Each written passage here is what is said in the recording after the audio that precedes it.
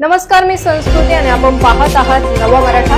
राज्यातील वाहनधारकांसाठी महत्त्वाची बातमी आहे। राज्यातील सर्व टोल नाक्यांवर पथकर येत्या 1 एप्रिल पासून ई टॅग किंवा फास्टॅग द्वारे भरणे बंधनकारक करण्यात आले आहे।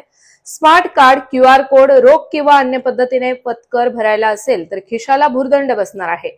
या पद्धतीने तुम्हाला पथकर भरायचा असेल तर दुप्पट पैसे द्यावे लागतील।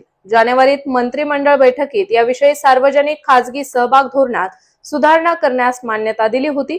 तसा निर्णय जारी करण्यात आला आहे। केंद्र सरकारच्या रस्ते वाहतूक आणि महामार्ग मंत्रालयाने भारतीय राष्ट्रीय महामार्ग प्राधिकरण अंतर्गतच्या प्रकल्पावरील पथकर नाक्यावर फास्टॅग प्रणाली लागू केली आहे। रोखीऐवजी डिजिटाइज पद्धतीने वसुली करणे, वेगवान प्रणाली, पथकरातून जमा रकमेचा तपशील संगणकीय प्रणालीवर तात्काळ उपलब्ध करणे, टोल जमा करण्यासह वसुलीत पारदर्शकता वाढवणे तसेच टोल नाक्यांवरील वाहनांच्या रांगा कमी करणे या उद्देशाने फास्टॅगचा वापर केला जात आहे। 2021 पासून भारतीय राष्ट्रीय महामार्ग प्राधिकरणाच्या अखत्यारीत येणाऱ्या सर्व प्रकल्पांच्या टोल नाक्यावर 100% पथकर वसुली फास्टॅगने करणे बंधनकारक करण्यात आले होते।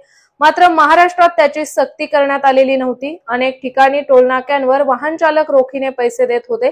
याविषयी 7 जानेवारीला झालेल्या मंत्रिमंडळ बैठकीत सार्वजनिक खासगी सहभाग धोरण 2014 मधील उपभोक्ता शुल्काचे दर आणि संबंधित बाबी विषयक नियमावलीमध्ये सुधारणा करण्यास मंजुरी देण्यात आली होती।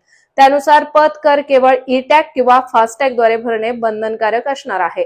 ते नसल्यास किंवा अवैध आणि बंद ई टॅग किंवा फास्टॅगच्या वाहनांनी फास्टॅग मार्गिकेमध्ये प्रवेश केल्यास वाहनांनाही दुप्पट कर भरावा लागणार आहे। वाढीव अतिरिक्त शुल्क वसुली प्राधिकरणाकडे दैनंदिन आधारावर नमूद कालावधीत जमा करणे बंधनकारक असणार आहे। तर अशाच माहितीपूर्ण बातम्यांसाठी चॅनलला सबस्क्राइब नक्की करा।